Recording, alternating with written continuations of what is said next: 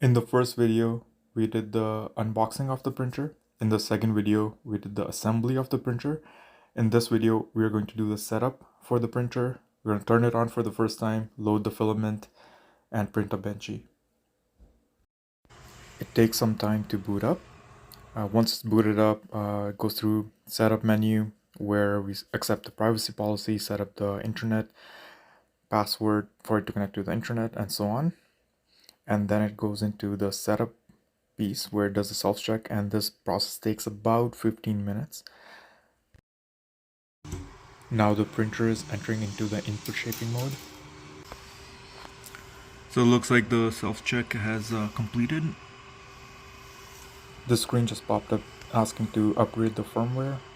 We're gonna do that. So it's downloaded the firmware and it looks like it's upgrading.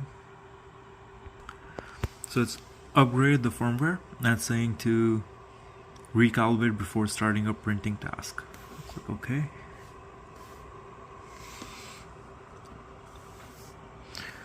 So we recalibrate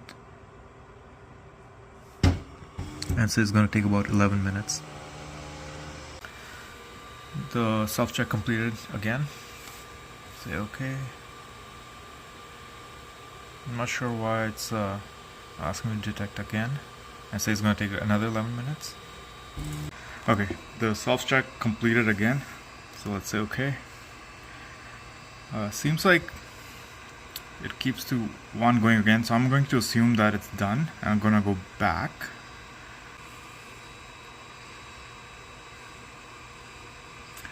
So we have to load the filament. I'm going to change the temperature to 210.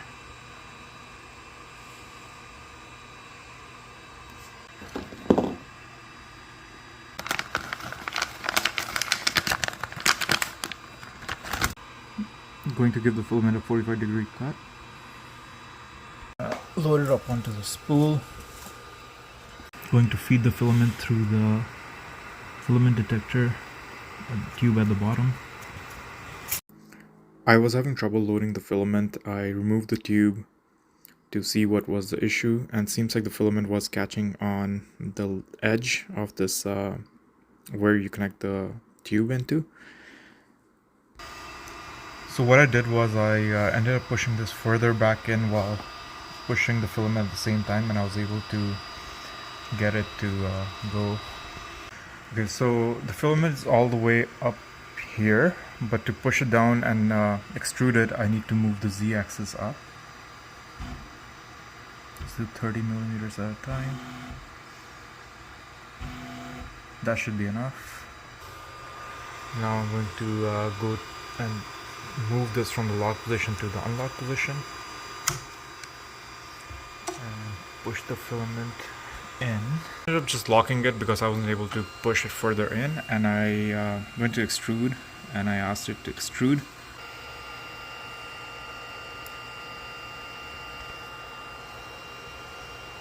Looks like it's working. Looks like it's done. So I'll just pull this off. Let's go to files. And let's try to do the 13-minute benchy. So let's hit calibration and print. From the time I hit print, it took well over 4 minutes to actually start printing. So I'm speeding up the footage so we don't have to wait and watch for it to print in real time.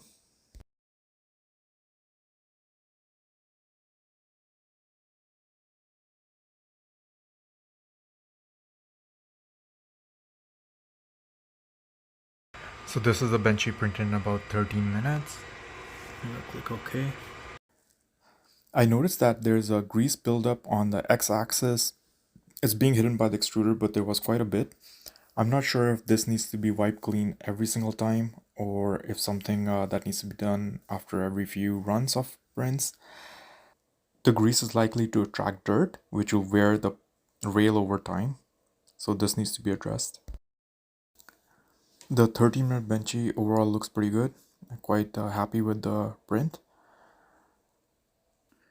I'm definitely excited about this printer. Seems to be much better than the Ender 3 S1 that I had before, which required a lot of tinkering, and I ended up getting rid of it.